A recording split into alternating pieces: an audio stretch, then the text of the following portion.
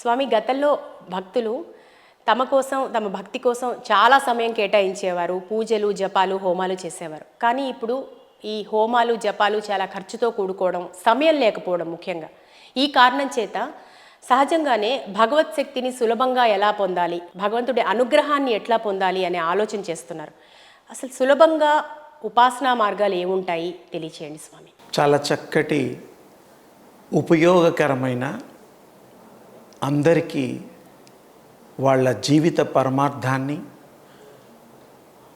జీవితంలో సార్థకతని పెంపొందించుకోవడం, అర్థం చేసుకోవడం, చాలా బాగా వాళ్ళ గురించి మీ తపనతో అడిగినటువంటి ఈ యొక్క విశేష చర్చ బాగుంది. దాని ప్రశ్నకి సమాధానం చెప్తాను. ఒకప్పుడు ఈ యొక్క ధ్యానము, ఉపాసన, తపస్సు అనేటువంటివి సృష్టి ఆది నుండి కూడాను ఉన్నాయి. అయితే ఇక్కడ కాలమాన పరిస్థితులకి అనుగుణంగా అప్పట్లో అడవుల్లో పోయి చేసుకునేవారు. రాజ్యాలు ఉన్నా, చక్రవర్తులైనా అందరూ కూడాను వాళ్ళ బాధ్యతలు భార్యకి కానీ, కొడుకులకు కానీ, గురువులకు కానీ, మంత్రులకు కానీ అప్పచెప్పి వాళ్ళు వనవాసానికి వెళ్ళిపోయేవారు, అడవిలోకి వెళ్ళిపోయేవారు తపస్సు కోసం. అక్కడ వాళ్ళు ఆ యొక్క ఇష్ట దైవాలని, వాళ్ళకి ఏది ఇష్టమో ఆ రూపాలని వాళ్ళు ఉపాసన చేసి సాధించి, కొంతమంది 100 సంవత్సరాలు కావచ్చు, 1000 సంవత్సరాలు కావచ్చు, ఇంకా ఎక్కువ లక్షల సంవత్సరాలు కూడా చేసిన వాళ్ళు ఉన్నారు. అది మన చరిత్రలో విశేషంగా చెప్పబడింది. ఇప్పుడు ఈ దైనందిక జీవితంలో ఈ మానవులకి స్త్రీ, పురుష, వయో, వృద్ధ భేదం లేకుండా ఎవరికైనా శక్తి అవసరము. శక్తి అంటే పవర్. నీరసం రాకుండా ఉండడానికి కూడా శక్తి లేదు అంటాం. సరిగ్గా తిన్నా తినకపోయినా, వాటిని కూడా తినేవాళ్ళు లేకపోయినా బాగా తినండి శక్తి వస్తుంది అంటాం. చిన్న చిన్న పదాలు వాడుక భాషలు. అలాగే ఈ యొక్క ఉపాసన అనేటువంటి దానికి అర్థము ఆసన. ఉపాసన అంటే దగ్గరగా ఉండుట. ఆసనం అంటే మళ్ళీ బాసం పెట్టి కూర్చోవడం కాదమ్మాయి. ఆసనము, ఆసన, కూర్చోవడం కూడా వాడతాం. ఉపాసన స్వామికి దగ్గరగా, తల్లికి దగ్గరగా ఉండేటువంటి దాని పేరే ఉపాసన. దాని అర్థం రకరకాలుగా వాడుతూ ఉంటారు. మేమేమిటంటే ఇంకా లోతుగా చెప్పడం మాకు అందరికీ అర్థమైపోయి మళ్ళీ జీవితంలో దాని అర్థం ఇంకా తెలుసుకోలేంతగా చెప్పడానికి ప్రయత్నం చేస్తాం. ఆ ఉపాసన ఇప్పుడు మనం ఈ దైనందిక జీవితంలో ఇళ్లలో కూడా చేసుకోవచ్చు. అడవుల్లో పోక్కర్లా. ఎందుకంటే ఇప్పుడు అడవుల్లో పోవడానికి, అవి చేసుకోవడానికి కోటాను కోటల్లో ఏ ఒక్కడో ప్రయత్నం చేస్తారు, ఏ ఒక్క తల్లో ప్రయత్నం చేస్తారు. ఈ లైవ్లీవుడ్ ఇవన్నీ వదిలేసి ఎవరు పోతారు? తపస్సు, అది పూర్వజన్మ సుకృతం. ఆ పూర్వజన్మ సుకృతం అంటే కూడా పూర్వజన్మలో వాళ్ళు ఈ తపస్సు కోసం కొన్ని జన్మలు కేటాయించుకుంటారు. ఉదాహరణకి మనం హైదరాబాద్లో హైటెక్ సిటీలో పని చేసుకుంటున్నాం. ఏం చేస్తాం? పని చేస్తూ కొంచెం upgrade, manager rank, director rank, CEO అలా. ఆ తర్వాత ఏం చేస్తారు? వాళ్ళు పెద్ద ప్రాజెక్ట్స్ చేస్తారు. ఫారిన్, US, ఇంకెక్కడన్నా సింగపూర్, ఇంకా ప్రాజెక్ట్ మీద వెళ్తారు. అంటే అది ఇంకా అభివృద్ధి చేస్తూ ఇంకా శాఖలు పెంచడానికి. అంటే ఇక్కడ ఒక మనిషి అక్కడ ఆగలేదు, ఇంకా విస్తృతంగా వారి ప్రయాణం ఉంటుంది. అలాగే ఇక్కడ యోగ పద్ధతుల్లో కూడా ఒక చోట ఉండి చేసుకున్నప్పుడు వాడికి 10 రోజుల్లోనూ, 20 రోజుల్లోనూ, సంవత్సరంలో మండల దీక్ష ఇవన్నీ ఉన్నాయి, వచ్చేస్తుంది. అది ఎలా వస్తుంది సాధన అంటే, మధ్యలో ఇంటర్వెల్స్ ఇచ్చామనుకోండి, ఆకలి దప్పులు ఇవన్నీ ఉన్నాయి. అవన్నీ కూడా ఆకలి దప్పులు కూడా తగ్గిపోయేటట్టుగా ప్రాక్టీస్ ఎలా ఉంటుంది అంటే, మనం ఇంట్రెస్ట్గా ఏదైనా పెద్దవాళ్ళ విషయం కానీ, మీకు నచ్చిన పని చేయడం కానీ, అట్లీస్ట్ టీవీలో క్రికెట్ మ్యాచ్ ఇలాంటివి చేస్తూ ఉంటారు, ఇష్టమైన సినిమా చూస్తూ ఉంటారు. అప్పుడు ఏం చేస్తారు? మీ మనస్సుని ఏకాగ్రతగా అందులోకి వెళ్ళిపోతారు, మెర్జ్ అయిపోయి సింగ్ పిక్చర్ ఆర్ ఎనీథింగ్. అంటే you are enjoying in that. Enter అయిన తర్వాత ఎవరన్నా పక్క వాళ్ళు కాస్త పిలిచినా కూడా మీరు, మీ ఏకాగ్రత అక్కడ ఉంటుంది. టీవీలో క్రికెట్ బాల్ మీద ఉంటుంది, సచిన్ టెండూల్కర్ వేసే బ్యాటింగ్లో ఉంటుంది. అది సింపుల్గా అర్థం అవడం కోసం చెప్పాను, దానికి దీనికి పెద్దగా ఉపమానం. అలాగే ఇక్కడ కూడాను మనస్సు పెట్టి ఎలాగైతే మనం ఒక దీంట్లో మెర్జ్ అయిపోతామో, అలాగే ధ్యానము ఏకాగ్రతతో చేస్తే గంటలో కూడా మీరు సాధించవచ్చు. 1 అవర్. 1 అవర్ అంటే ఎంత తక్కువ టైం?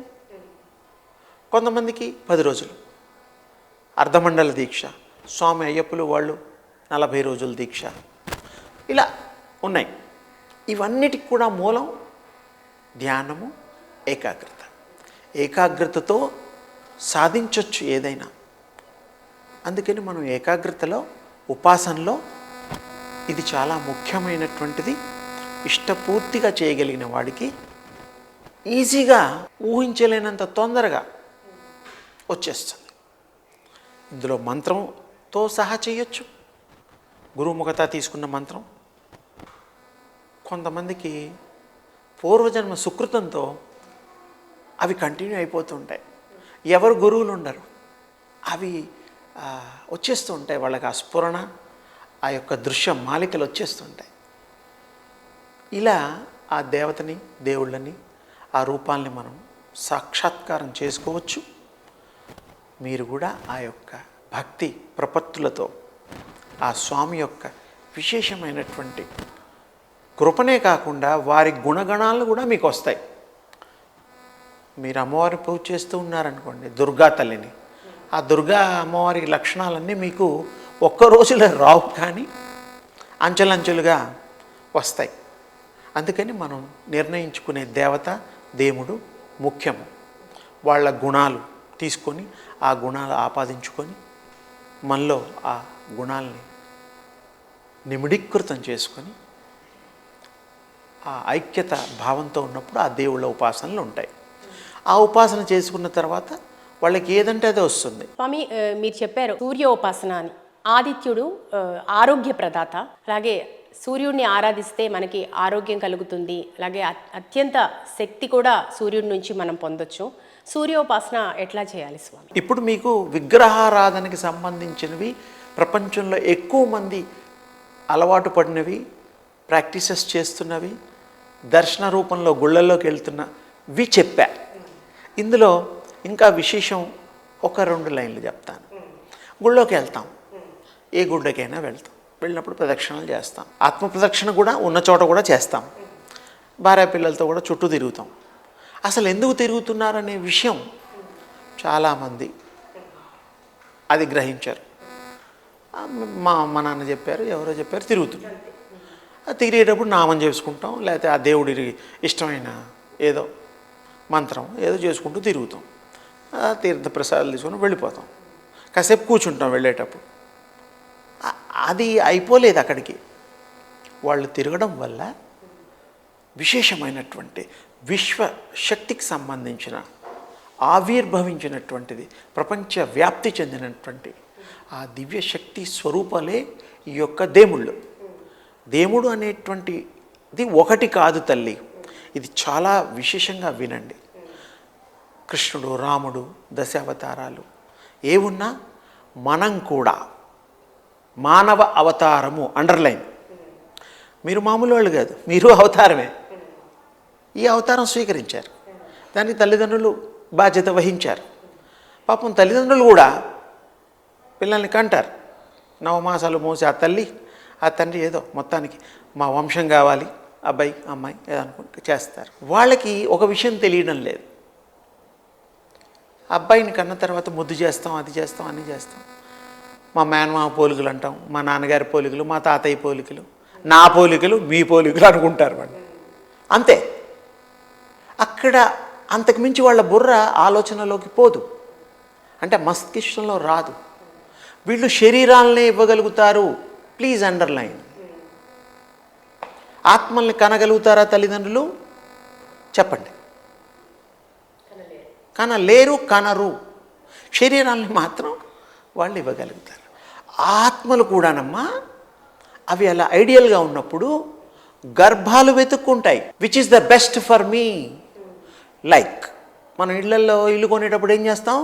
బంజారా హిల్స్ బాగుంటుంది, అమీర్పేటకు రద్దీగా ఉంటుంది, పాష్ హౌస్, 2 కార్లు పట్టాలి, కొంచెం పూల మొక్కలు పెంచుకోవడానికి ఉండాలి అని వసతులు చూస్తూ మనం కొంటాం ఇల్లు. ఓకే, అలాగే ఉదాహరణ చెప్పా. ఆత్మ కూడా మంచి గర్భంలోకి అవి వస్తాయి. ఈ విషయం ఎంతమందికి చెప్తారు? టీవీ ఛానల్స్లో ఇవి కూడా కొంత పరిజ్ఞానాన్ని అందించాలి ప్రజలకి. అవి వెతుకుతాయి. 7వ నెల 6.5 రోజులు నిండాక ఆత్మ వస్తుంది, ఎంటర్ అవుతుంది. అప్పటిదాకా ఆత్మ రాదు. బ్రహ్మంగారు చెప్పారు, చాలామంది చాలా పుస్తకాల్లో గర్భోపనిషత్తులో అట్లా అన్న ఉన్నాయి. అది ఎంచుకుంటుంది. మీరు రమ్మంటే రాదు, పొమ్మంటే పోదు. ఇదేమన్నా ఆఫీసా? రండి, వెయిట్ చేయండి, ప్యూన్కి చెప్తాం, బెల్ కొడతాం, రా అమ్మ తీసిరా ఇప్పుడు నంబర్ 2, 4, 5 ఇంటర్వ్యూస్లో. అలా కాదు. ఆత్మలు ఫ్రీ సోల్. అది ఏ కంట్రోల్లో ఉండవు, వాటి కంట్రోల్లో అవి ఉంటాయి. అవి ఏం చేస్తాయి? దానికి సూటబుల్ శరీరాలు. తల్లిదండ్రులు కూడా పాపం వాళ్ళకి తెలియదు కదా, ఆత్మలకి ఏమిటి అవసరం లేదు, శరీర ధారణ చేసి బయటికి రావాలి. వచ్చి వాళ్ళ పనులు పూర్వజన్మలో మిగిలిపోయినవి అర్థం చేసుకోండి. మిగిలిపోయిన పనులు అవి చేయడం కోసం ఈ జన్మ అమ్మాయిగానో అబ్బాయిగానో పుడతారు. ఆత్మకి ఆడమ్మ మగతను అనేటువంటి తేడా లేదు. ఆత్మకి ఇది లేదు, స్త్రీ ఆత్మ పురుషాత్మ లేదు. ఆత్మ ఆత్మే. ఆత్మకి అలాంటి తేడాలు లేవు. ఈ విషయం కూడా చాలామంది తెలుసుకోవాలి. ఇది రావడం, ఎంటర్ అవ్వడం, జననం, ఇవన్నీ అది కొంచెం వయసు వచ్చాక అది ఏ పర్పస్లో వచ్చిందో మర్చిపోవడానికి ఇక్కడ పెద్ద ఒక ఇబ్బంది అయింది పాపం వాటికి. తల్లి టెస్ట్ ట్యూబ్ బేబీ ఉంటుంది, ట్యూబు అమ్మకి బాబు, ప్రేగు, తల్లి ప్రేగు, అది కట్ చేస్తాం. అది చేయంగానే అప్పటిదాకా వాటికి ఉండేటువంటి మొత్తం పరిజ్ఞానం, మొత్తం గుర్తు పోతుంది. గర్భంలో ఉన్నప్పుడు అన్నీ గుర్తుంటాయి ఆ జీవుడికి, ఆత్మకి. అందుకే ఆ కీ, యూనివర్సల్ కీ అనేటువంటిది మన ఋషులు, దేవుళ్ళు, మరి వేదాలు, వాటిలో కూడా విశ్వాల్ని మనం తెలుసుకోవడం కోసం మాస్టర్ కీ లాగా యోగ పద్ధతి, ధ్యాన పద్ధతి, మరి మీకు బీజాక్ష యొక్క సహాయంతో ఇలాంటి శక్తులు డివైడ్ అయినటువంటి వాటిని సహాయకారాలు తీసుకొని మనం ఆత్మ సెల్ఫ్ రియలైజేషన్ అవుతుంది. తను తాను తెలుసుకుంటుంది. తెలుసుకున్నాక ఏమవుతుంది? మెచ్యూరిటీ వస్తుంది మైండ్. అప్పుడు ఏం చేస్తాం? చిన్నపిల్లలు ఏదో ఆడి తెలియక అల్లరి చేస్తుంటారు. ఓసారి పెద్దయిన తర్వాత అల్లరి చేయరుగా. ఉద్యోగం, సద్యోగం, వ్యాపారం, చదువు, ఇవన్నీ ఉంటాయి. చిన్నప్పుడు ఏం తెలియదు, వాడికి ఏం పెడితే అదే తింటాడు, ఏం నేర్పితే అదే నేర్చుకుంటాడు. కానీ సోలుకు కాదు మనం నేర్పుతా, ఈ శరీరానికి. అంటే ఇక్కడ స్టేజెస్ ఉన్నాయి. ఇది మనం ఎప్పుడు కూడా సామాన్యంగా ఆలోచించాం. అబ్బాయి పుడితే బారసాలు చేసుకుంటాం, పాకితే ఇది అరిసెలు, అవి ఇవి ఉంటాయి, బంగారం ముట్టుకోవడం, పుస్తకం ముట్టుకోవడం, ఇవన్నీ చేస్తారు. అవన్నీ మన సంతోషమే. పాపం అదేం చేయదు. అది వచ్చిన పర్పసే వేరు, చాలా గొప్ప పర్పస్తో వస్తుంది. ఇంకోటి దాని చేతిలో ఇది కూడా ఉంది, ఈ బాడీని ఇప్పుడు ఎండ్ చేసుకోగలుగుతుంది, ఇది లాస్ట్ బర్త్ చేసుకోగలుగుతుంది. ఈ విశేషం మీరు తెలుసుకోండి. ఎలా? మామూలు ప్రతిదీ ఎందుకు నేను ఉదాహరణ చెప్తున్నాను అంటే ఈజీగా కన్వే చేయొచ్చని, ఈజీగా ప్రజలకు అర్థం కావడం కోసం అని. మామూలుగా మనం ఏం చేస్తాం? డెవలప్ అవ్వడానికి చదువుకుంటాం, పర్టికులర్ చదువుతాం. డాక్టరు అంతే, ఇక వేరే చదవడవాడు, ఇంజనీరు, ఇలా కొన్ని ఉన్నాయి కదా. ఆ మాదిరిగా మన జీవితంలో ఎంచుకున్న వాటిని జీవితంలో పంచుకోవడానికి వీలుగా చేస్తాం. ఓకే, మరి ఈ ఆత్మ ఏం చేస్తోంది అంటే పూర్వజన్మలో ఈ కార్యక్రమాలు మిగిలిపోయినవన్నీ కూడాను నెక్స్ట్ బర్త్ అంటే ఈ శరీర ధారణ తీసుకొని ఆ పనులన్నీ ఈ ధ్యానంతో తెలుసుకొని చేసుకొని ఇది చివరిగా ఎక్స్టెన్షన్ కూడా చేసుకోగలుగుతుంది. అది ఇంకొక విశేషం. ఎలాగైతే మనం ఊరు వెళ్ళాలనుకో, నెక్స్ట్ మంత్లో కుదురుతుందమ్మా, అప్పుడు లీవ్ పెట్టుకుంటా, లాంగ్ లీవ్. ఇప్పుడు 2 రోజుల కంటే వెళ్ళొస్తా విజయవాడ, ఖమ్మం అనుకుంటాం. అంటే మనం ఏంటి, we are planning to go travel, చిన్న ట్రావెల్, పెద్ద ట్రావెల్స్, 2 రోజులు, 4 రోజులు, 10 రోజులు, ఇలా మనం డిసైడ్ చేసుకోగలుగుతున్నాం కదా. అలాగే జాబ్స్ విషయంలో కూడా మంచి జాబు, ఇంకా బెటర్ జాబు, ఎక్కువ డబ్బులు వచ్చేవి, కంఫర్టబుల్ లైఫ్ ఎలా ప్లాన్ చేసుకుంటున్నామో ఆ ఆత్మ కూడా ప్లాన్ చేసుకుని అది అనుకుంటుంది ప్రాజెక్ట్ ఏమిటి, ఈ జన్మలో ఈ 120 ఏళ్ళు మనిషి మానవుడి యొక్క సంపూర్ణ ఆయుర్దాయము. ఇది కూడా తెలుసుకోండి. ఇల్లు కూడా 120 సంవత్సరాలు సంపూర్ణంగా. అప్పుడు ఏంటంటే మరి 120 సంవత్సరాలు జీవుడి యొక్క ఇది ఆస్ట్రాలజీగా మనం తెలుసుకుంటూ ఉంటాం. పాపం మహాగణాంకులు, మహా అమ్మ అయ్యవారి కృప కలిగిన వాళ్ళు ఆ విద్య నేర్చుకుని ఆ యొక్క సాంప్రదాయంగా వచ్చేవాళ్ళు, పరంపరగా వచ్చేవాళ్ళు కూడా ఇవి లెక్కలు కట్టడం, గణితాలు వేయడం, పంచాంగాలు రాయడం ఆ తండ్రులు చేస్తూ ఉంటారు. బాగుంది. వాళ్ళు కూడా దైవ కృపతే ఇవి చేస్తారు. ఇంకొంచెం వాళ్ళకి దైవానుగ్రహం మెండుగా దండుగా ఉంటే అప్పుడు వాళ్ళ వాక్శుద్ధి కలుగుతుంది. ఇలా అయిపో అంటే అయిపోతారు, నీకు ఇలా అవుతుంది అయిపోతుంది. ఎందుకు? వాక్శుద్ధి. దానికి తోడు ఈ యొక్క ఆస్ట్రాలజికల్ చార్ట్, ఈ టైంలో ఇది అవ్వాలి, ఆ టైంలో అది అవ్వాలి, అంతర్దశలు బహిర్దశలు, ఈ గ్రహం బాగాలేదు, ఆ గ్రహం బాగుంది, శుక్రదశ, ఆ దశ, ఈ దశ. సో మొత్తానికి ఆ సబ్జెక్టు మనం ఇంట్రెస్టింగ్ సబ్జెక్టు చెప్పేవాళ్ళు కూడా బాగా చెప్పగలిగే వాళ్ళు ఉన్నారు. వాళ్ళు కూడా దైవ కృపచేత తప్ప మామూలు క్యాలిక్యులేషన్ చేసి అదొక చదువులాగా చదివితే ఆయన చెప్పినవి చాలా కష్టంగా ఫలిస్తాయి. స్వామి, జ్యోతిష్య శాస్త్ర మూలాలేంటి అసలు? జ్యోతిష్యము, గ్రహాలు ఇవన్నీ దైవ సంబంధం. అవి అపాయింట్ చేయబడింది, దివ్యశక్తి అపాయింట్ చేయబడింది గ్రహాలు. ఇప్పుడు మనకు తెలిసిన గ్రహాలు నియరర్ గ్రహాలనే వీఆర్ క్యాల్కులేటింగ్. ఇప్పుడు కొత్త గ్రహాలు వచ్చాయి, అది చాలామందికి తెలియదు. మన గ్రహాలు 9, ఇంకో 5-6 గ్రహాలు ఉన్నాయి, ఇంకా ఉన్నాయి. మొత్తానికి 27 నక్షత్రాలు, 108 పాదాలు, ఒక్కోదానికి 4 పాదాలు ఉంటాయి, రాసులు 12. ఏమ్మా, చాలామందికి అందరికీ సంతోషించాల్సిన విషయం ఈజీ ఆస్ట్రో ఏంటంటే 900 కోట్ల జనాభా, ప్రపంచ జనాభా ఇప్పుడు. ఒకప్పుడు కాదు, ఇప్పుడు. ఒకప్పుడు ఇంకెక్కువ కూడా ఉండేది, అది వేరే విషయం. 900 కోట్లు దరిదాపున ఉన్నది. 208 209 కంట్రీస్ ఉన్నాయి ప్రపంచవ్యాప్తంగా. అయితే వాళ్ళ భాష వేరు, సంప్రదాయాలు వేరు, వాళ్ళ జీవన విధానం వేరు. దూరంగా ఉన్నారు, వాళ్ళకి అక్కడ ఎలా అనుకూలంగా ఉంటే అలా బ్రతకడం ఇలాంటివి జరిగింది. ఒకప్పుడు మనం భరతఖండము, ప్రపంచం అంతా భారతదేశమే మొత్తం. కృష్ణుడి టైంలో కూడా 5000 సంవత్సరాల క్రితం కూడా మన భారతదేశం ఒకటే. చైనా ఇవన్నీ ఏవైతే ఇప్పుడు బర్మా ఇవన్నీ కొన్ని ఉన్నాయో అవన్నీ కూడా మనలో అంతర్భాగాలు. ఆ మహాభారత యుద్ధంలో కూడా చైనా వాళ్ళని ఎప్పుడు అంటున్నాం కదా, చీనులు అనేవాళ్ళు ట్రైబల్స్. అప్పుడు వాళ్ళు యుద్ధంలో పాల్గొన్నట్టుగా భారతంలో ఉంది. అంటే ఇప్పుడున్న చైనా వాళ్ళు కాదు, అంటే ట్రైబల్స్. అప్పుడు సిటీస్ ఎక్కడున్నాయి అప్పుడు లేవు, పట్టణాలు అదొక రకం పట్టణాలు, పురములు అప్పట్లో. అయితే ఇక్కడ మనం ఆస్ట్రాలజీ అనేటువంటిది nearer to our planet, nearer to మన భూమి, దానికి దగ్గరగా ఉండేటువంటి వాటిని వాళ్ళు తీసుకున్నారు. దరిదాపు 200 కోట్ల సంవత్సరాలు కావస్తుంది, 1-2 తక్కువ. బ్రహ్మ నిద్రించిన కాలం కూడా మరి 2 కోట్ల సంవత్సరాలు అవన్నీ ఉన్నాయి లెక్క ప్రకారం. ప్రతి పంచాంగంలో కూడా 3వ 4వ మీకు పేజీలో సృష్టి ఆబ్ది అని ఉంటుంది. అందులో మీరు చూడొచ్చు నేను చెప్పినవన్నీను.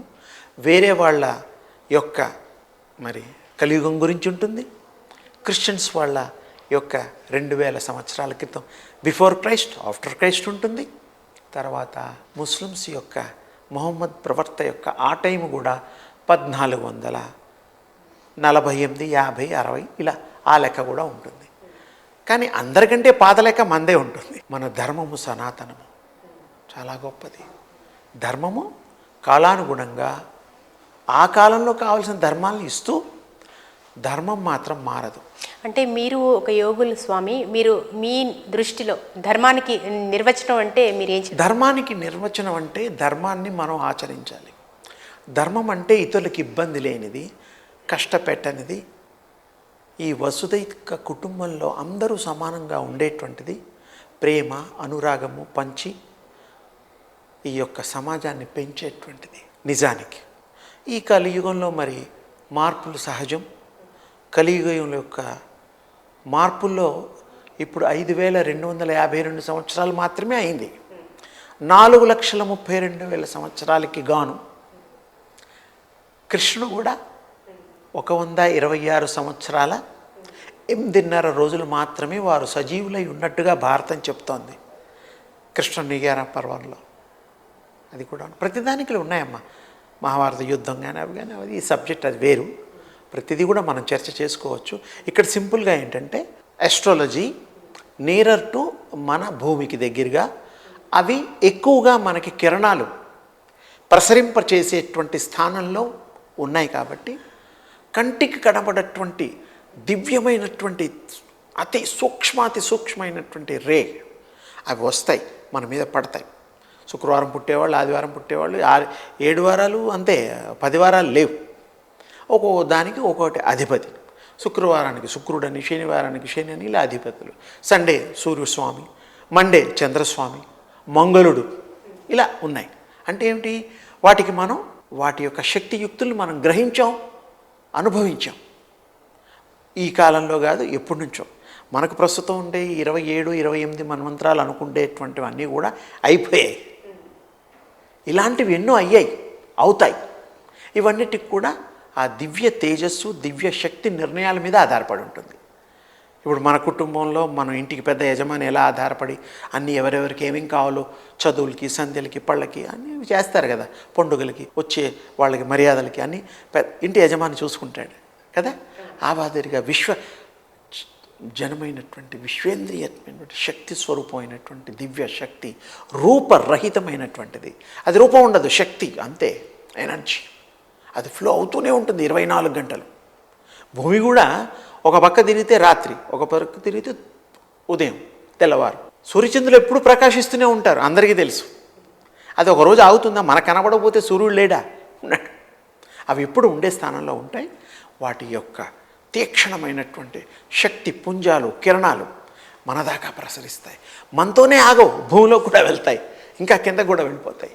మీకు సూర్యుడు ఎంత గొప్పవాడంటే, మనం గుళ్ళు దర్శనాలు చేసుకొని, నవగ్రహాల దర్శనాలు చేసుకొని, ఎక్కడో తిరుపతిలో, మరి విజయవాడలో కనకదుర్గమ్మ తల్లి, ద్వారకా తిరుమలలో మళ్ళీ చిన్న వెంకటేశ్వర, చిన్న తిరుపతి అంటాం, ఇలా బద్రీనాథ్, కేదార్నాథ్, మహాకాల్, ఉజ్జయిని ఇలా వెళ్తూ ఉంటాం.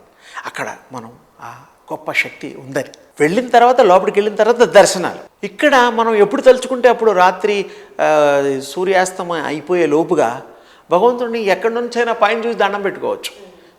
ప్రత్యక్ష సాక్షి భూతుడు ఆ యొక్క సూర్యనారాయణుడు భగవంతుడు. అంటే ఈ ప్రత్యక్ష సాక్షి దైవాన్ని మీరు గుళ్ళవాకర్లా ఎక్కడున్న వాళ్ళు అక్కడ చూడొచ్చు. ఎంత సౌకర్యం ఇచ్చాడు ఆయన పాపం కదా. సింపుల్గా చెప్పా. ఆ తర్వాత ఆయన శక్తి గురించి, అది దివ్య శక్తికి పోలినటువంటి ఆ గోళం, అదొక రూపము. ఆ రూపం లేకుండా కూడా శక్తి అంతా ప్రసరణ జరుగుతూనే ఉంటుంది. విశ్వాంతరాళల్లో, పిపీలకాది బ్రహ్మ పర్యంతంలో కూడా ఆ శక్తి వెళ్తూనే ఉంటుంది. మీరు స్వీకరించాలి అంతే. మీరు ఆ శక్తి మంతులు అవుతారు, శక్తి స్వరూపులు అవుతారు, దివ్య స్వరూపులు అవుతారు, భగవత్ స్వరూపులు కూడా అవుతారు. ఎందుకంటే ఒక్కసారి ఎంటర్ అయిన తర్వాత మీలో ఆరా పెరుగుతుంది. మీకు దేవుళ్ళ వెనకాల ఆరా ఉంటుంది. మీకు కూడా పుట్టినప్పుడు ఆరాతోనే పుడతారు. చాలామంది తెలుసుకోవాల్సిన విషయం. నేను మిమ్మల్ని ఆరా చూడగలుగుతాను, ఇక్కడ ఉంటే అన్ని వస్తువులు కూడా ఆరా చూడగలుగుతాను, చెప్పగలుగుతాను, డాట్ కూడా ఇన్ని ఇంచెస్ అని చెప్తాను. కానీ బై బర్త్ వాళ్ళకి ఆరాతోనే పుడతారు. వాళ్ళ ప్రాక్టీసెస్లో ఆరా పెంచుకుంటారు. వాళ్ళ మంచి థాట్స్, ఆరా కూడా ఒకే ఆరా ఉండదు. మీ థాట్స్ని బట్టి ఆరా మారుతాం. మనం బ్యాడ్ థాట్స్ ఉన్నాయి, ఆరా విల్ చేంజ్. గుడ్ థాట్స్ ఉన్నాయి, ఆరా విల్ గ్లో ఆల్సో. అందుకని ఆరాని మీరు పెంచుకోవచ్చు, హృదయంలో నింపుకోవచ్చు. శరీరం అంతా కూడా విశ్వంలో ప్రసరించే దివ్య తేజస్సు ఏదో ఉందో, తేజోమయం, శక్తిమయం, సూర్య ఉపాసనలో అదే ఉంటుంది. ఈ మూడు కూడా కొంచెం కొంచెం తేడాలో మీకు శక్తోపాసన అంటాం, సూర్యోపాసన అంటాం. సూర్యోపాసనలో శక్తి ఉంది, ఎక్కడ లేదు. శక్తి లేకపోతే మనకి ఈ జీవం లేదు. తీసుకుంటే ప్రతి ఉపాసనలో కూడా శక్తి ఉంది, బీజాక్షరాల్లో కూడా ఉంది. ఆ అక్షరాలను ఎందుకు ఎంచుకుంటామంటే లిమిటెడ్ అన్నమాట. కొన్ని అక్షరాలు మనం డైరెక్ట్గా ఓపెన్గా మాట్లాడకూడదని శాస్త్రం, గురుముఖత తీసుకోవాలి. ఈ మధ్య అందరూ మాధ్యమాల్లో కూడా ఆ మంత్ర మాట్లాడేస్తున్నారు. కాబట్టి ఓ చిన్ని సాహసం ఏంటంటే క్లీంకారం, ఓంకారం, ఓం, హ్రీం, ఐం ఇలాంటి పదాలు కొంతమంది చేస్తున్నారు. ఈ బీజానికి అధిపతి ఇది ఇది అని తెలుసుకొని మరీ చేస్తున్నారు. కానీ చెప్పడంతో చేయడంతో కాదు. గురువుగారికి శక్తి ఉన్న గురువుగారు మీకు ఆ మంత్రం ఇచ్చినప్పుడు మిమ్మల్ని శుద్ధి చేసి పారే సెలయేరుల్లో ఊళ్ళల్లో ఊరి చివర గుడి పక్కన ఉండేది ఒకప్పుడు. అక్కడ వారికి మునకలు వేయించి ఈ నాభి వరకు ఆ నీళ్ళల్లో వారి నుంచి కర్ణాలు శుద్ధి చేసి అప్పుడు ఇక్కడ చెవులో చెప్పేవారు మంత్రం. వారికి సూటబుల్ అమ్మాయి, ఈయనకి ఇష్టం వచ్చింది చెప్పడం కాదు, వాడికి ఏది రకమైంది సూట్ అవుతుందో గురువుగారికి తెలిసి గ్రహించి అక్కడ ఇంకో గొప్ప పని చేసేవారు. పద్ధతి ఉంది. ఇంకోటి గొప్ప పని చేసేవారు, చాలామందికి ఎక్కువ మందికి తెలియదు. మీడియాలో కూడా ఎవరు నాకు తెలిసినంత వరకు చెప్పినట్టుగా నా దృష్టికి రాలే. అందుకని మీ ఛానల్ ద్వారా అది కూడా మరి సంచారిణి విద్య.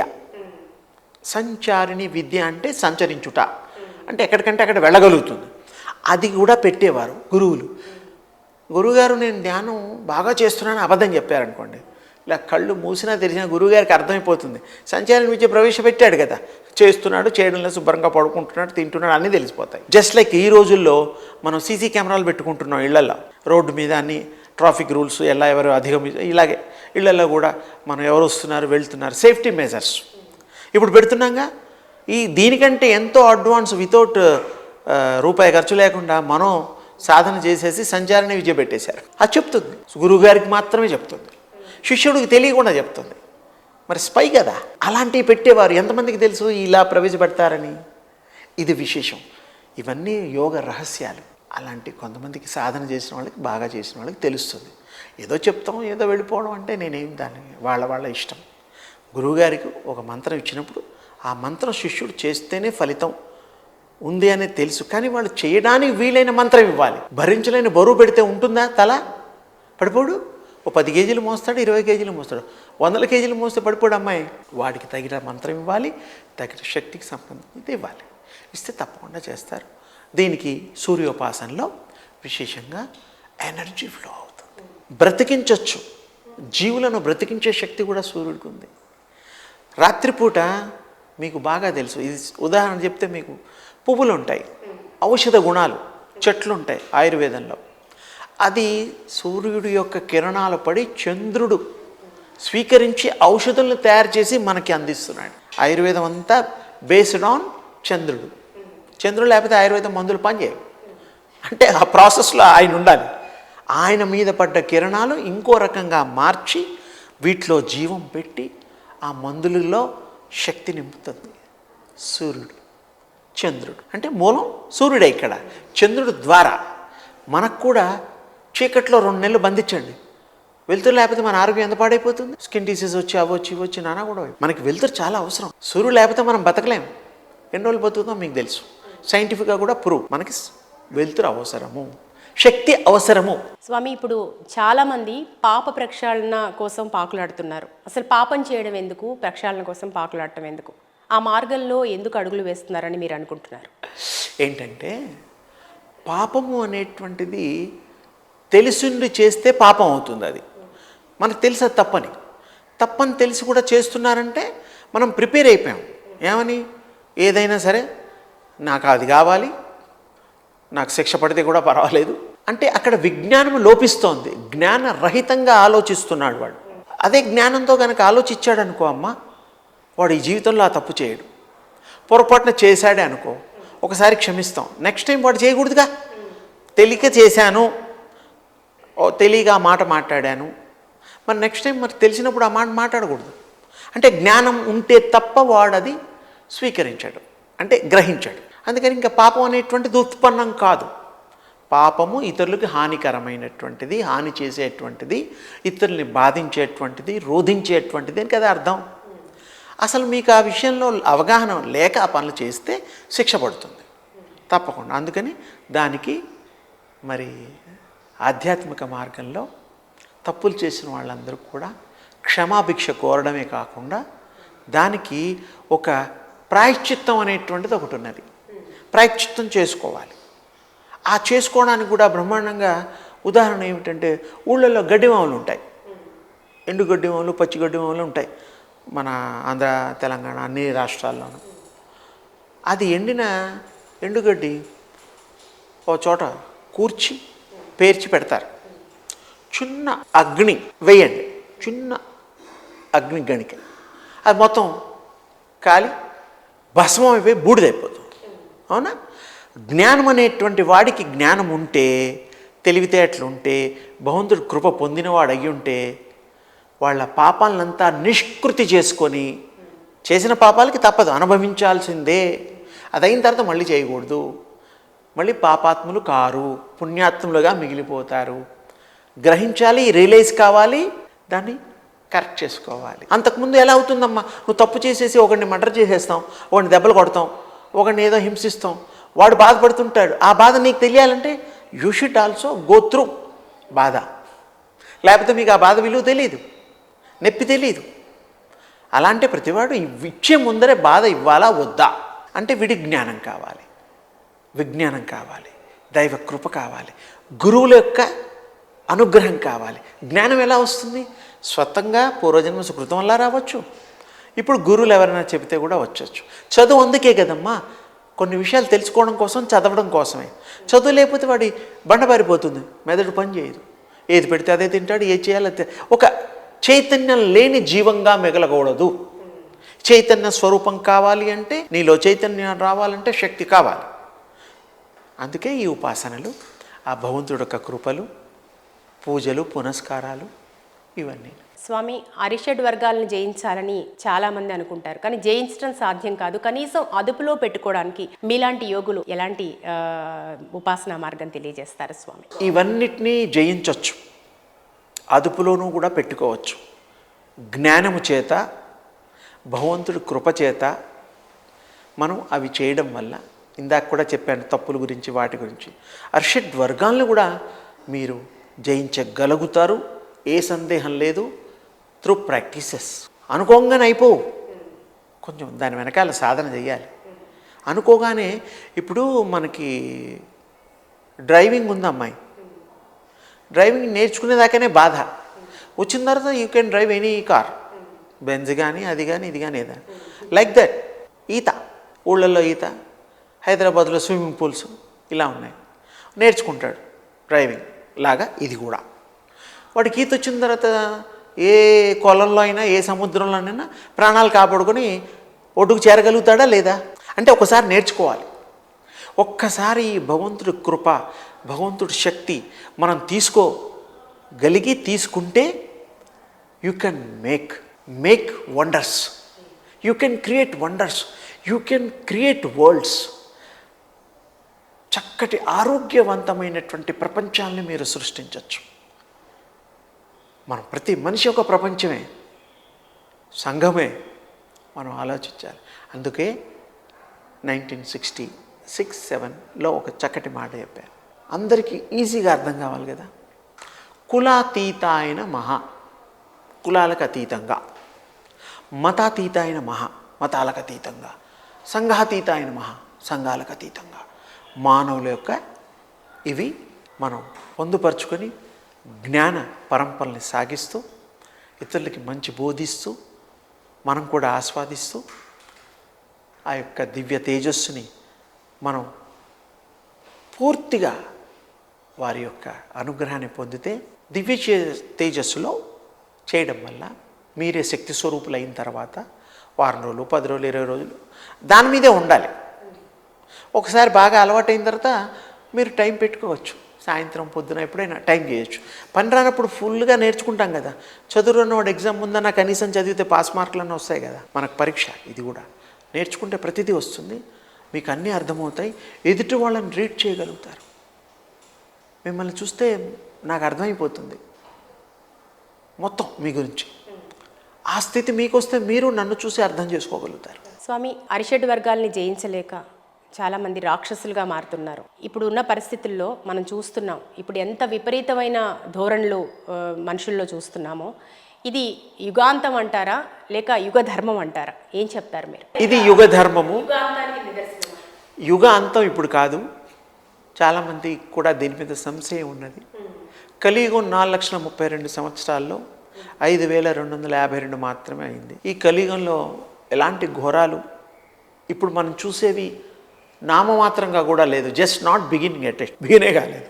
ఒకసారి ఇది బిగిన్ అయిన తర్వాత ఎండింగ్స్లో వెంపర్ల చెట్లు అని ఉంటాయి బుడ్డబుడ్డు, దానికి నిత్యం లేసుకొని మానవులు ఎక్కుతారు. బ్రహ్మంగారు చెప్పారు. అంటే వాళ్ళు ఎంత చీమ కంటే కొంచెం పెద్ద వయసు కలిగిన వాళ్ళు, అంటే సైజులు తగ్గిపోతాయి.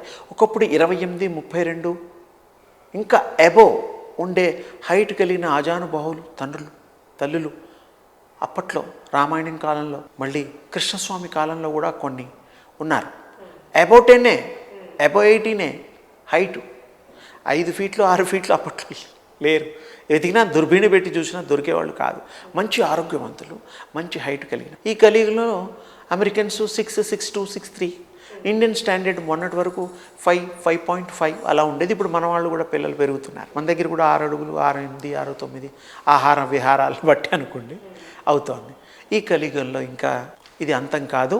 4,28,29 సంవత్సరంలో అసలు కలియుగం మొదలవుతుంది. అప్పుడు 6 ఏళ్ల 7 ఏళ్ల పిల్లలకి తండ్రులు అవుతారు, తల్లులు అవుతారు, గర్భం దాలుస్తారు.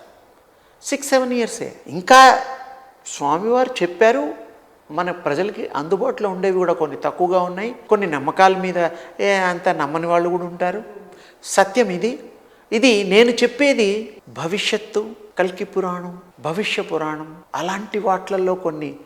భవిష్యత్ పురాణం అంటే భవిష్యత్తు మొత్తం 4,32,000 సంవత్సరాలకు గాను ఎప్పుడో లిఖింపబడింది వ్యాసుల వారి చేత.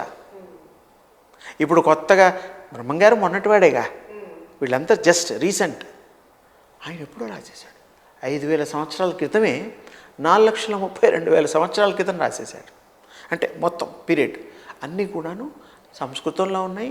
తర్వాత దానికి కూడా యోగ్యత కలిగిన వాళ్ళు చదువుకుంటేనే అర్థమవుతుంది. జస్ట్ చెప్పడం నాలాగా మీలాగా ఎవరన్నా అడిగితే చెప్పడం ఈజీ. అది వేరు కదా, ఇది వేరు, అది వేరు.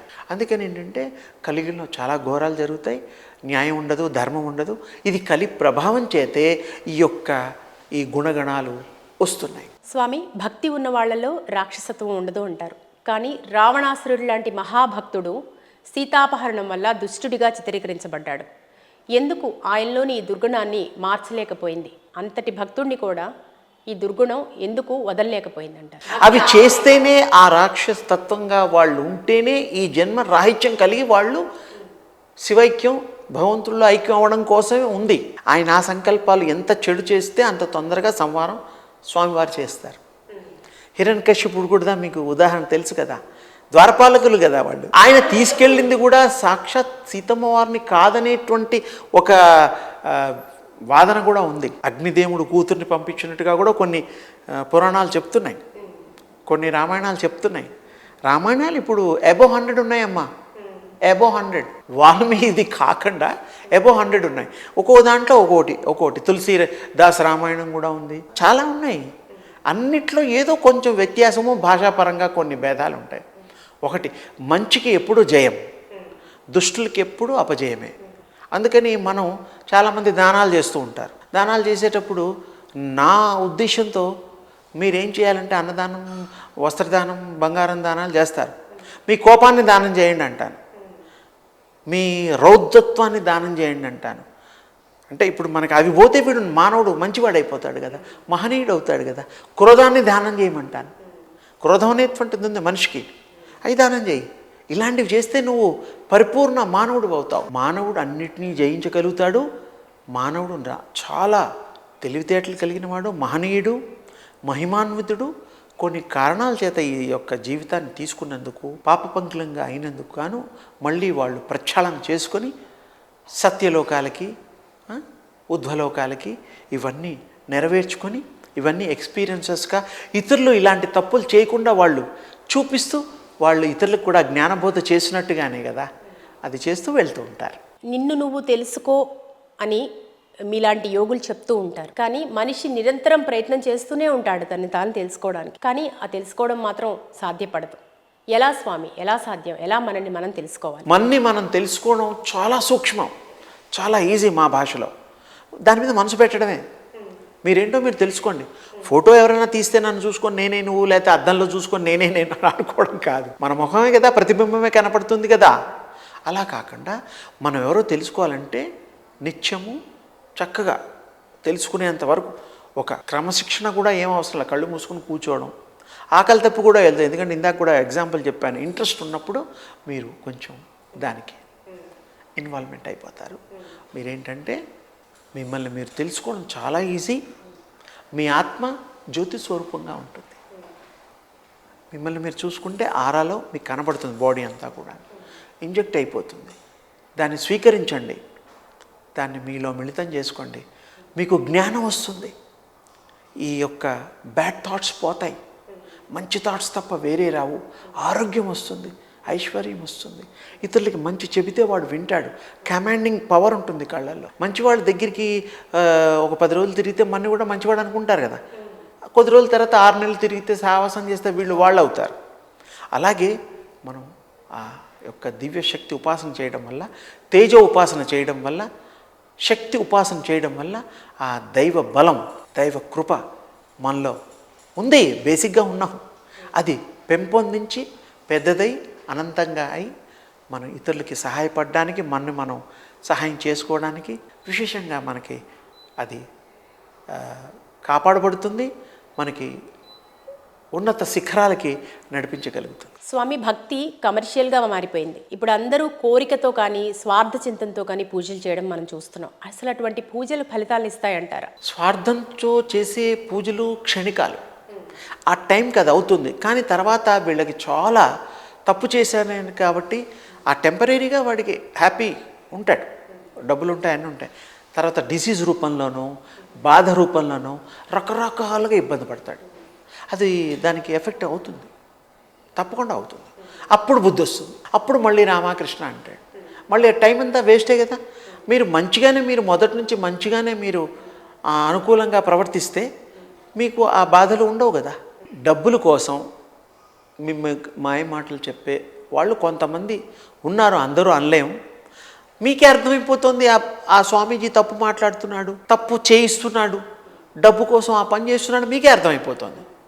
ఇంకా దీనికి విడిగా చూడాల్సి పరీక్ష చేయాల్సిన అవసరం లేదు. అలాంటి వాళ్ళకి దూరంగా ఉండండి. వాళ్ళని వీలైతే మార్చిన ఆయన ఇలా చేయకండి, మీరు సాక్షాత్ స్వామి యొక్క స్వరూపంలో ఉన్నారు, మంచి బోధించండి అని చెప్పండి. అలా చేయడం ధర్మం కాదు. స్వామీజీలు కానీ మాతాజీలు కానీ వాళ్ళు కూడా తోటి మానవులుగా ఉండే వాళ్ళని ప్రేమించండి, మంచిని బోధించండి, సన్మార్గంలో నడిపించండి. వసుదైక కుటుంబాన్ని మనం చేసే దాంట్లో మీ వంతు సహాయాన్ని, మీ వంతు కర్తవ్యాన్ని చేయండి. మంచిని బోధించండి, జ్ఞాన మార్గాన్ని నడిపించండి. ఎవరైతే వాళ్ళు కొన్ని తప్పుడు పనులు చేయించమని కూడా కొంతమంది భక్తులు అడుగుతూ ఉంటారు, వాటిని తప్పని కూడా చెప్పండి. మీరు స్వామి స్థాయిలో ఉన్నారు కాబట్టి ఎవరైనా సరే మంచి బోధించాలి, మంచి చేయాలి, మంచిని చూపించాలి. అది మన కర్తవ్యం, దైవం మనకిచ్చినటువంటి బాధ్యత అని మీరు ఫీల్ అవుతారు. ఎంతోమంది ఫీల్ అవ్వరు, ఎవరో ఒకరు అరా ఉండొచ్చు. ఇక వాళ్ళ వల్ల కూడా వేరే వాళ్ళకు కూడా ఆపాదించబడుతోంది. ఒకరు తప్పు చేసినా ఆ వర్గంలో అందరికీ మరి అనుకోవడం కూడా సమంజసం కాదు. కొంతమంది ఉండొచ్చు, వాళ్ళ వేరు, మంచివాళ్ళు వేరు. మంచివాళ్ళ సంఖ్య పెంచడం కోసం వాళ్ళని కూడా మార్చి తుంచాలి. అంటే వాళ్ళని కూడా ఈ మార్గంలో, మంచి మార్గంలో ఆ స్వాములకు కూడా మనం అర్థమయ్యే పద్ధతుల్లో చెప్పి వారి కృప, విశేషంగా వాళ్ళ మీద వాళ్ళకే కృప కలగాలి. ఎందుకు? మంచివాడి కోసం. తర్వాత ఇతరులకు కూడా ప్రబోధించాలి. అప్పుడు తప్పకుండా అందరూ మంచివాళ్లే, చెడు అనేటువంటిది ఉండదు కదా. స్వామి, మంత్రం, యంత్రం, తంత్రం ఈ మూడు కూడా మనకు వేదాలు ఇచ్చిన ఆస్తి. మీరు మంత్రం గురించి చెప్పారు, మంత్ర జపం ఎలా చేయాలో చెప్పారు, అలాగే యంత్రం గురించి చెప్పారు, దేవాలయాల్లో యంత్రశక్తి ఎలా ఉంటుంది, ప్రదక్షిణాలు చేస్తే మనకి ఎట్లాంటి ఫలితాలు వస్తాయో చెప్పారు. ఇక తంత్రం గురించి మాట్లాడుకుంటే, తంత్రం గురించి మాట్లాడటానికి చాలామంది మొహమాట పడతారు, భయపడతారు. కారణం ఏంటి స్వామి? అసలు తంత్రం అంటే ఏంటి? యంత్రాన్ని కూడా ఆ ప్రతిష్ట చేసేటప్పుడు గుళ్ళల్లో వాటిలో కూడా చేస్తూ ఉంటారు. ఆ యంత్రాన్ని మీద వాటికి సంబంధించిన రేఖలు గీయించి దాంట్లో ప్రాణప్రతిష్ఠ చేస్తారు. మీరు ట్రాన్స్మిట్ చేయాల్సి వస్తుంది. యంత్రానికి మామూలు రాగిరేకు, మరి ధాతువులతో చేసినవి ఉంటాయి, కానీ దాంట్లో ప్రాణశక్తి కావాలి అంటే బేసిక్గా ఉన్న మీరు దాంట్లో ప్రాణశక్తికి సంబంధించిన ధార చేయాలి, శక్తి ధార పోయాలి. ఉంటాయి. స్వామి, మన దైనందిన జీవితంలో తంత్రాన్ని ఎలా ఉపయోగించాలి? ఇప్పుడు చాలామంది చూస్తున్నాం, చేతబడులని ఇలా దుష్ట ప్రయోజనాల కోసం మాత్రమే తంత్రాన్ని వినియోగించడం కూడా చూస్తున్నాము. అలా కాకుండా ఒక మంచి కోసం, ఒక సదుద్దేశంతో తంత్రాన్ని ఎట్లా ఉపయోగించాలంటారు? తంత్రం అంటే చేయుట, తాంత్రికంగా అది కూడా అదొక మంత్రశాస్త్రంలో ఇంకొక భాగం. మంత్రం వేరు, తంత్రంతో చేసే విధానంతో ఎదుటి వాళ్ళని ఇబ్బందులు సన్మార్గంలో పెట్టేదే ఆ యొక్క తంత్రము, ఉపాయం. మంచి చేయాలి అంతే, చెడుకు వాడకూడదు. చేతబళ్ళు అవన్నీ ప్రయోగాలు ఉన్నాయమ్మా, వాళ్ళు మంచికి ఉపయోగించుకుంటే అలాంటి వాటి మీద ప్రయోగం చేస్తున్నారు. అది చేయకూడదు. తోటి బిడ్డలు, తోటి పుత్రులు లాంటి వాళ్ళే కదా వాళ్ళు కూడా. అలా భావిస్తే ఎవరు చెయ్యరు కదా. అంటే చేసే వాళ్ళకి ఆ యొక్క పరిజ్ఞానం ఉన్నా, ఆ భావం ఉన్నప్పుడు చెయ్యరు. ఏ డబ్బులకి ఆశపడరు, ఏ ప్రయోగాలు జోలికి పోరు. మంచి ప్రయోగాలు చేద్దాం, మనుషుల్ని మార్చే ప్రయోగం చేద్దాం. కష్టతరమే, అది అంత ఈజీ కాదు. చాలా ఈజీ మంత్రము, పూజ విధానము ఇలాంటివి చాలా తేలిక. తాంత్రికం కొంచెం కష్టము. ఆ ఉపాసనలు, నిష్ఠ, నియమాలు, అఘోరీలు వాళ్ళు చాలామంది ఉన్నారు. నాగసాధువులు వాళ్ళంతా తాంత్రికుల కింద లెక్క. శివారాధకులు కూడా అందులో వాళ్ళు నాగసాధువులు కూడా ఉన్నారు. వీళ్ళందరూ కూడా చాలా నిష్ఠగా చేస్తేనే అవి సాధించగలుగుతారు. కానీ పాపం వాళ్ళు ఎవరికి అన్యాయాలు చేయరండి. వాళ్ళు మనుషులో రారు, వాళ్ళ లోకంలో వాళ్ళు ఉంటారు. ఏదో వాళ్ళు రావాల్సిన 12 ఏళ్లకు ఒకసారి పుష్కరాలకి, వాటికి వీటికి, కుంభమేళాలకి వస్తారు, వెళ్ళిపోతారు. ప్రజల్లో ఉండరు. మనందరికీ బాగుండడం కోసం, దైవారాధన చేస్తుండడం కోసం వాళ్ళు పాపం చాలా వాళ్ళు బ్లెస్ చేస్తూ ఉంటారు. వాళ్ళు చాలా గొప్పవాడు. మీరు నందమూరి తారక రామారావు గారికి, యుగపురుషుడు, దైవాంశ సంభూతుడు అయిన ఎన్టీఆర్కి మీరు సాక్షాత్తు యోగా గురువుగా వ్యవహరించారు. మీ అనుభూతులు ఏంటి స్వామి? వారు కారణ జన్ములు, వారు విశేషమైనటువంటి జ్ఞాన సంపన్నులు కూడా. ఒక్కసారి చెప్పారనుకోండి, అనర్గళంగా మళ్ళీ తిప్పి మీకు ఒప్పచెప్పేస్తారు. డైలాగులే కానీ, విషయాలే కానీ, వారికి చాలా చక్కటి జ్ఞాపశక్తి ఉంది, సందేహం లేదు. అందుకే కారణ జన్ములు. తర్వాత వారు ఒక పర్పస్కి వచ్చారు. సరే, సీఎంగా కూడా చేశారు. ఆ విషయాలన్నీ ప్రజలకు తెలుసు. వారు గుర్తుపెట్టుకుని వాళ్ళు చేసేటువంటి మంచి 2 రూపాయల కిలో బియ్యం కానీ, వాళ్ళ రాజ్యం అప్పుడు వారు ఎన్నో మంచి, ఒకటి కాదు లెక్కకు మించిన పనులు చేయడం, సస్యశ్యామలం చేయడానికి వారు ఎంత కృషి చేయాలో అంతా చేశారు. మంచి పరిపాలన, రామ పరిపాలనను కూడా వారు చేసి చూపించారు. బీద వాళ్ళ కోసం చాలా వారు వరాలు, జల్లులు కురిపించారు ఆయన టైంలో. సరే, ప్రతిదీ ఒక టైం ఉంటుందనే విషయం మీకు తెలుసు. వారు యోగం కూడా చేసేవారు, ధ్యానం కూడా చేసేవారు. భగవంతుడు వెంకటేశ్వర స్వామి అంటే చాలా ఇష్టం. వారి దగ్గరికి మరి వారికి ఎంతో ఇష్టలైనటువంటి డాక్టర్ సి నారాయణ రెడ్డి గారు, వారు మా పీఠానికి దగ్గరలో ఉండేవారు. వారు ఉన్నప్పుడు, సజీవులుగా ఉన్నప్పుడు, వారు కూడా నా దగ్గర యోగాభ్యాసం నేర్చుకున్నారు. ఆ టైంలో వారి ద్వారా నేను రామారావు గారి దగ్గరికి వెళ్ళడం జరిగింది. అవకాశం అప్పుడు నాకు డైరెక్ట్ రామారావు గారు తెలియదు. ఎలా తెలుస్తుంది? వారు సెలబ్రిటీసు, తర్వాత హీరో దగ్గరికి వెళ్ళడం ఇవన్నీ. ఇంకోటి మంచి మనిషి అని తెలుసు. మాకు సినిమాతో కొంచెం తక్కువ అనుబంధం ఉంటుంది కాబట్టి నారాయణ రెడ్డి గారు ఆ యోగా, దానివల్ల వారి పరిచయం కలగడం, వారు తీసుకెళ్ళి వాళ్ళ ఇంట్లో స్వగృహం ఉండేది సాగర్ థియేటర్ దగ్గర. అప్పుడు వారు ఎవరు వాళ్ళ దగ్గర ఉంటే వాళ్ళని పాపం కారు పంపించి ఈయన ద్వారా, వారి ద్వారా పాపం 2 రోజులు 3 రోజులకు ఒకసారి, మొదట్లో ఒక వారం రోజుల దాకా కంటిన్యూగా వెళ్ళాం. తర్వాత కొంచెం గ్యాప్ ఇస్తూ ఎప్పుడన్నా ఏదైనా సంశయం ఉన్నప్పుడు నారాయణ రెడ్డి గారికి చెబితే పాపం వారు ఎక్కువ నాకు దగ్గర పరిచయం. అందుకని వారి ద్వారా వారు సీఎం అయిన తర్వాత కూడా మేము వారిని కలవడం జరిగింది. వారి టైమింగ్స్ కూడా ఉదయం 3:30 కల్లా 3 కల్లా రెడీ అంటే రెడీగా ఉండేవారు. చాలా చక్కటి వాగ్ధాటి కలిగిన వ్యక్తి, దైవ కృప కలిగిన వ్యక్తి. ఎన్టీఆర్లో మనం సమయపాలన, క్రమశిక్షణ ఇవన్నీ చూస్తుంటాం. కానీ ఆయనలో ఉన్న దైవాంశ గురించి మీరు దర్శించింది ఏంటి స్వామి? మీరేం తెలుసుకున్నారు? ఆయన పూర్వ జన్మలో ఈ యొక్క పనుల కోసమే జన్మించారు. ఆయన అందరిలాగా జన్మించినైనా ఒక పర్పస్గా వచ్చారు. సినిమాలో కూడా దేవుడి వేషాలు ఎన్నేశారండి. రాముడు కృష్ణుడుగా, మరి ఆయన్ని రాముడుగా చూసిన తర్వాత అసలు రాముడు ఎలా ఉన్నాడో తెలీదు. కృష్ణుడు దానికి ప్రాణం పోశారు ఆ పాత్రలకి. ఆయన ఆ టైంలో చాలా నిష్ఠగా ఉండేవారు. ఆయనే గుర్తొస్తారు. అందుకని వారు కారణజన్ములే కాకుండా జ్ఞాన పరంపరని వారు ఆవిర్భవించుకున్నటువంటి రూపం అది. మంచి అందగాడు, మంచి స్పష్టంగా మాట్లాడే ఇది. ఆయన అన్నీ కూడాను ఏ ఒక్కటి కూడాను మనం విమర్శనాత్మకంగా లేవు, అంటే కనపడవు. అన్నీ ఎప్పుడు ఎవరినైనా సరే, చిన్నవాళ్ళైనా ఎవరైనా చాలా మర్యాదగా మాట్లాడేవారు. ఇంకోటి మంచి వాళ్ళని గౌరవించేవారు చాలా. రామారావు గారిలో ఇంకోటి, ఆయన కళ్ళలో కళ్ళు పెట్టి ఎదురుగుండా నిలబడి ఎక్కువగా చూసేవారు కాదు. అలా ఉండేది ఆ కళ్ళలో పవర్, అట్రాక్షన్, ఆకర్షణ. అందుకోసమే జనాకర్షణ ఉంది కాబట్టి ఆయన నటులుగా అంత పైకి విశ్వవిఖ్యాతి చేర్చారు. ప్రపంచంలో ఆయన గొప్ప 3-4 ఏదో బిరుదులు కూడా ఉన్నాయి. రత్న ఇంకేవో ఉన్నాయి. మరి మామూలుగా మరి అలాంటి బిరుదులు ఎవరికి లేవు. వేరే వాళ్ళకి వేరే ఉన్నాయేమో, ఆయనకి దానికి అర్హత ఉన్నది. అర్హుడు, చాలా మంచి వ్యక్తి. స్వామి, నందమూరి తారక రామారావు గారిలో దైవనిష్ట ఎలా ఉండేది? ఆయన ఏ దైవాన్ని ఆరాధించేవారు? ఆయన పూజా ప్రక్రియలు ఎలా ఉండేవి? అంటే మానసికంగా చేసేవారు. వెంకటేశ్వర స్వామి అంటే ఇష్టం. తిరుపతి కూడా వెళ్ళడం రావడం కూడా అందరికీ తెలుసు. మానసికంగా చాలా ఆ యొక్క వైష్ణవ సాంప్రదాయం అనడానికి వీలు లేదు, కానీ విష్ణువు అంశే కాబట్టి ఆయన ఆ యొక్క విష్ణు యొక్క కృప చాలా పొందినవాడు.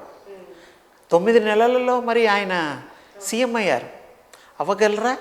ఏ బ్యాక్గ్రౌండ్, రాజకీయ బ్యాక్గ్రౌండ్ లేకుండా వచ్చారు కదా. 9 నెలల్లో చాలా, మరి ప్రపంచంలో అది ఒక రికార్డుగా మిగిలిపోయింది కదా. మామూలు విషయం కాదు కదా. అంత కొన్ని వేల కిలోమీటర్లు ఆయన మరి వ్యాను లాగా ఉండేది, వాళ్ళ అబ్బాయి నడిపేవాడు హరికృష్ణ. మరి తిరిగి అందరి ప్రజల్లో ఉండి మమేకమైతూ కష్ట బాధలు సుఖాలు అన్నీ చూస్తూ వాళ్ళని అర్థం చేసుకొని పురిడి పాకల్లో కూడాను ఆయన ఆ తల్లి పెట్టిన ఇంత ముద్ద కూడా తిన్న ఫోటోలు కూడా నేను కొన్ని చూడడం జరిగింది అప్పట్లో. అంటే ఏమిటి, మమేకైపోవడం. అలా కలిసిపోయే మరి నాయకులు ఎంతమంది ఉన్నారో వేళ్ల మీద లెక్కెట్టచ్చు.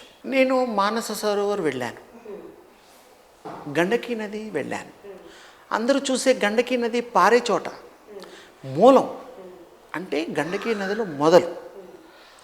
అది విశేషం ఏమిటంటే గజేంద్ర మోక్షం జరిగింది అక్కడ, క్రియేట్ చేయబడిన యుగం, కృతయుగంలో. అక్కడ మొసలికి కరికి ఏనుగుకి యుద్ధం కొన్ని సంవత్సరాలు కొన్ని నెలలు జరిగాయి. సరే, రకరకాల దాని మీద ఉంటాయి. అప్పుడు వారి యొక్క ఆర్తనాదంతో ఏనుగు ఆ విష్ణుమూర్తిని కోరతాడు. ఆయన రావడం, విష్ణు చక్రంతో ఆ మొసలిని సంహరించడం, ఆ సుదర్శన చక్రం ఆ నీళ్లలో మునిగి ఆ సంహారం చేసినందుకు కాను అక్కడ శాలిగ్రామాలు కొండలుగా వచ్చాయి. ప్రపంచంలో మొట్టమొదటి శాలిగ్రామం పుట్టుక అక్కడ. చాలామందికి తెలియదు. గండకీ నది అంటూ ఉంటారు, ఇంకొక పాయ, అది ఇంకొకటి. ఇది మూలం.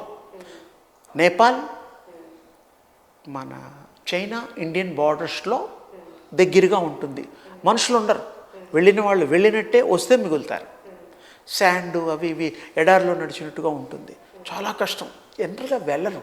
మేము సాహసించి వెళ్ళాం, తెలుసుకోవాలి, చూడాలి ఆ యొక్క భగవంతుడు. మరి అక్కడ శాలిగ్రామాలు కూడా ఉన్నాయి. శాలిగ్రామాల గొప్పతనం ఏమిటంటే తెచ్చుకుంటే తీసుకొని వచ్చేటప్పుడు అక్కడ దుండగులు ఉంటారు. ఎక్కడ, మన ఇటువైపు. అక్కడ ఉండరు, ఈ కష్టం వాళ్ళు పడరు. నడిస్తే ఒక 6-7 ఇంచుల మోకాళ్ళు లోతుల వరకు పాదం తీసి పాదం పెట్టడానికి కష్టం. చూస్తే చాలా 13-14 కిలోమీటర్లే, నడవలేరు.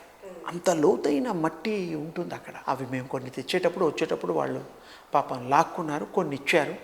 అది ఎందుకు వాళ్ళు లాక్కుని దుండగులు అలా పనులు చేస్తారు అంటే, శాలిగ్రామాలను కట్ చేస్తే విష్ణు పాదాలు, శంకు చక్రాలు, నామాలు అలా ఉంటాయి.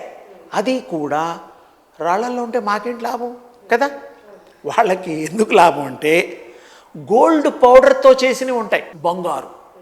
అందుకే దాన్ని బ్రష్ తోటి ఆ గోల్డ్ అంతా తీసి వాళ్ళు అలా కూడా అమ్ముతారు.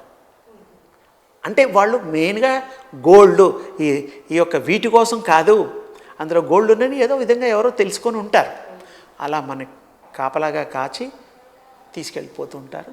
మనం బాధలు పడితే నాకు 20-30 తెస్తే 2 తీసుకో అంటారు, మిగతా పట్టుకుపోతారు. పోనీ ప్రాణంతో వదులుతారుగా. అలా జరుగుతాయి. ఇప్పుడు ఆ కొండలన్నీ కరిగిపోయాయి. వెళ్ళిన వాళ్ళు వెళ్ళినట్టు ఇన్ని యుగాల నుంచి ఎంతమంది వెళ్ళారో, ఎన్ని తెచ్చారో. మైసూరు రాజావారు కూడా వెళ్ళినట్టు చరిత్ర చెప్తోంది. మన చాలా రేర్ అమ్మ, వెళ్ళిన వాళ్ళు వెళ్ళినట్టు చాలా రేరు. గండకీ నది అందులో పిన్ను వేస్తే కూడా కనబడుతుంది అంత స్పష్టంగా. మహానందిలో, ఆంధ్రాలో నందిలో ఎలా అయితే ఉందో అంత స్పష్టంగా ఉంటుంది, కనబడుతుంది. ఆ తీర్థం కూడా తీసుకొచ్చాను నేను అప్పట్లో. నేను 84, 85 ఆ టైంలో నాన్న వెళ్ళింది. మానసరోవర్ కూడా 85, 84లో వెళ్ళాను. చాలా కేదారినాథ్, బద్రీనాథ్ ఇవన్నీ పుణ్యక్షేత్రాలు చాలా నేను సందర్శించడం జరిగింది. ఆ భగవంతుడు కృప పొందడం కోసం జరిగింది. తపస్సు చేసుకున్నాను అక్కడక్కడ, హిమాలయాల్లో కూడాను, అక్కడ కూడాను. అక్కడ మామూలు మనుషులు కాకుండా యోగులు మనుషులకి దూరంగా ఉంటారు. వాళ్ళు అక్కడ 1000 ఏళ్ళు, 2000 ఏళ్ళు. అసలు ఏజ్ మీరు కష్టం వాళ్ళు చెప్పితే కానీ మనకేం తెలుసు. అక్కడ కొంతమంది శిష్యులు వాళ్ళ చెప్పారు 5000 సంవత్సరాలు, 3000 సంవత్సరాలు, అలా 10,000 సంవత్సరాల వాళ్ళు కూడా అని చెప్పారు. వాళ్ళని చూసి దర్శనం చేసుకోవడం జరిగింది. మనమంతా 100 బిలోయే కదా ఇప్పుడు. మనం కూడా అక్కడ ఈ యొక్క విద్యనికి సంబంధించింది, ఎనర్జీకి సంబంధించింది, ప్రకాశానికి సంబంధించింది, జ్యోతి దర్శనానికి సంబంధించింది, తేజో విద్యకు సంబంధించింది, శక్తి పాతాలకు సంబంధించింది, విశ్వశక్తికి సంబంధించినవి అనుభవాలు నేను చాలా అక్కడ పొందడం జరిగింది. అప్పటి నుంచి నేను ప్రాక్టీసెస్ చేయడము, విషయాలు తెలుసుకోవడము, అవన్నీ జరిగి ఇతరులకి బోధించడము, వాళ్ళు కూడా విశేషంగా ప్రాక్టీస్ చేసి వాళ్ళు లబ్ధి పొందడము జరిగింది. ట్రాన్స్మిషన్ దైనందిక జీవితంలో టైం మానవుకు లేదు కాబట్టి, అడవులలో పోవాల్సిన అవసరం కూడా లేదు కాబట్టి, ఇప్పుడుండే ఈ టైంని సద్వినియోగం పరచుకోవడం అంటే ఎవరింట్లో వాళ్ళు దేవుడి మందిరంలో కానీ, లేకపోతే ఇంకా విడిగా వాళ్ళ ప్రశాంతత సిట్అవుట్లో ఎక్కడన్నా ఇబ్బంది లేకుండా ఫ్రీగా కూర్చుని వాళ్ళు మొట్టమొదటి సూర్యోపాసన డాబా మీద కానీ కిటికీలోంచి కానీ వస్తే అలా చూడండి. ఒక 30 సెకండ్స్, 1 మినిట్ ఇలా చూడండి అంతే. నా మంత్రం నా తోయం నా తీర్థో నా భోగో శివానంద రూపం. చక్కగా చూసుకోండి. Close your eyes. అక్కడే మీకు ఆ బింబం వచ్చేస్తుంది కళ్ళల్లో. ఆ బింబము విశ్వాంతరాలలో ఉండేటువంటి తేజోబింబాలే అవి, సింబాలిక్. అది కళ్ళు మూసుకొని మంత్రంతో చేయొచ్చు, విడిగా చేయొచ్చు. మీకు అది కనబడిన తర్వాత అది రిపీటెడ్లీ చేస్తూ ఉండాలి. అది సహస్రా నుంచి టోస్ వరకు ప్రవహిస్తుంది. మీ బాడీ అంతా రక్తం ఎలా ప్రవహిస్తుందో శక్తి అలా ప్రవహిస్తుంది. అప్పుడు మీకు ఆటోమేటిక్గా దాని మీద ఇంట్రెస్ట్ కలుగుతుంది, ఎక్కువసేపు చేయగలుగుతారు, ఎనర్జీ ఫ్లో అవుతుంది, ఇతరులకు కూడా చూపించగలుగుతారు. ఇతరులను మీరు ఎవరిని చూసినా కూడా వాళ్ళ ఆరా కనబడుతుంది. అంటే మీకు ఆ స్థితి వస్తుంది. 1 గంటలో వస్తుందా, 2 గంటలో వస్తుందా, 10 రోజుల్లో వస్తుందా అంటే అది అంతా డిపెండ్ ఆన్ యువర్ ప్రాక్టీస్. మీకు చూడడం మాత్రం 30 to 1 మినిట్లో చూడొచ్చు. చూసింది if you want to continue please. లాభం ఏంటంటే శక్తి వస్తుంది, హెల్త్ బాగుంటుంది, అనుకున్నవన్నీ పనులు అవుతాయి, ఈతిపాతలు పోతాయి, మంచి బుద్ధులు ఉంటాయి, చెడ్డవాళ్ళని కూడా మార్చడానికి మీకు అవకాశం ఉంటుంది. ఎందుకంటే మీరు ఆ శక్తిని ప్రసరణ వాళ్ళ మీద కూడా చేయొచ్చు. ఎలాగైతే పిల్లల్ని మీరు ప్రేమతో పెంచుతూ ఉంటారో, బుజ్జగిస్తూ ఉంటారు, తల్లిదండ్రులు తల నిమురుతూ ఉంటారు. చూడండి, పెద్దవాళ్ళైనా చిన్నవాళ్ళైనా అమ్మా నాన్నకి నా బిడ్డ గొప్పవాడు కావాలి, నా బిడ్డ ఆరోగ్యంగా ఉండాలి, నా బిడ్డ చాలా అందరికీ సహాయకారిగా ఉండాలి, గొప్ప పేరు తెచ్చుకోవాలి అని కన్న తల్లిదండ్రులు తల నిమురుతూ ఉంటారు. అంటే ఏమిటి? ఈ చేతుల్లో ఉండే ఎనర్జీ కూడా తల్లిదండ్రులకు తెలియకుండా వాళ్ళకి ఎంటర్ అవుతూ ఉంటుంది, చేతుల ద్వారా ప్రసరిస్తూ ఉంటుంది. అందుకోసం ఆశీర్వచనం తీసుకోండి అయ్యా అని అంటూ ఉంటే మనకు అర్థం కాదు, తీసుకోం, హాయ్ బాయ్ అయిపోయింది అందరికీ. అలా కాకుండా తల నిమిరితే తల మీద నుంచి కింద వరకు ఆ యొక్క ఇవి వెళ్తూ ఉంటుంది.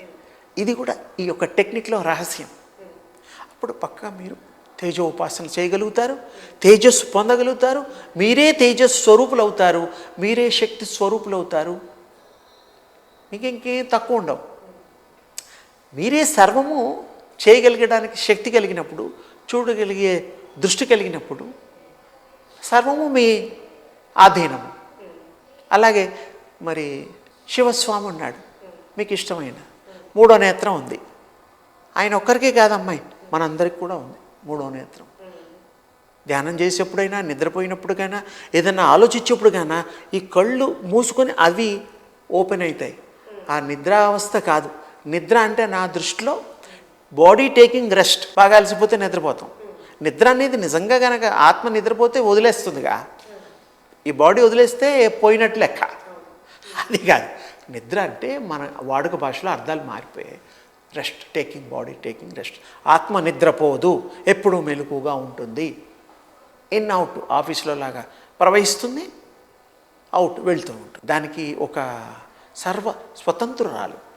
అది దానికోసమే వస్తుంది, దానికోసమే ఈ బాడీలోకి వచ్చిన తర్వాత ఇది అనుభవిస్తూ ఉంటుంది. కాబట్టి దీనికి ఆపాదించబడుతోంది, ఇది కష్టపడుతోంది. అందుకని ఆత్మని గనక మనం, ఆత్మ కృప మనం పొందగలిగితే, మనని మనం తెలుసుకోగలిగితే, మన మీద మనం జాలిపడతాం. మన మీద మనం ఎక్స్పెరిమెంట్ కాదు, చక్కగా ఉండడానికి జీవన విధానానికి సరిపడా ఆ యొక్క విధానాన్ని అవలంబిస్తాం. ఎప్పుడు తెలుసుకున్న తర్వాత. చాలా 30 minutes అంతే. సారీ, 30 minutes కాదు, 30 seconds. నేను పొరపాటు మాట్లాడి. జస్ట్ చిన్న ఉపాయం, 30 seconds 1 minute అంతే. చేయండి, మీకు అది వచ్చేస్తుంది. మీరు ఫీల్ అవుతారు, మీరు చూడగలుగుతారు. అద్దంలో వెళ్ళి చూస్తే మీకు బ్యాక్ అంతా ఎనర్జీ కనపడుతుంది, మీకే, వేరే వాళ్ళకి కనపడదు. ఎందుకంటే మీరు చేసింది మీరుగా ప్రాక్టీస్. అలాగే ఇతరులు కూడా అందరికీ చూడగలుగుతారు. దివ్య తేజస్సును మీరు పొందుతారు. ఈ ప్రాక్టీస్ చేయండి. చాలా చిన్న ప్రాక్టీస్. సూర్యోపాసన, శక్తోపాసన పేర్లు మీరు 100కి 100 విధాలుగా ప్రాక్టీస్ చేసి లాభం పొందండి. అది ఆనందకరమైనటువంటి విషయం. మీ ఛానల్ ద్వారా సిగ్నేచర్ అనేటువంటిది ఒక ముద్ర, ఒక బ్రాండ్ అంటాం, కొన్ని అర్థాలు ఉన్నాయి. లాటిన్ వర్డ్స్ అవి ఇవి చెప్తూ ఉంటారు. ఆ విశేషంగా మంచి మార్క్ అన్నమాట. మంచి విషయాలు మీ ద్వారా ప్రజలకి ఉపయోగకరంగా. ఏదైనా డౌట్స్ ఉంటే మరలా ఒకసారి వాళ్ళ డౌట్స్ని కామెంట్స్ రూపంలో పెట్టిన వాళ్ళని మనం వాళ్ళకి తెలియపరుద్దాం. ఇంకా బెటర్ అంటే ఇవి చాలా సింపుల్ ప్రాక్టీసెస్. దీనికి పర్వతాలు ఎక్కక్కర్లా, బరువులు మోయక్కర్లా. కూర్చున్న చోట కూర్చునే, నించున్న చోట నించునే మీరు చూడండి, చూసింది అనుభవించండి, ఆస్వాదించండి. సింపుల్. తెలియని విషయాలు తెలియజేసినందుకు చాలా ధన్యవాదాలు స్వామి. మరొకసారి మీకు నమస్కారం. అమ్మ, శుభమస్తు.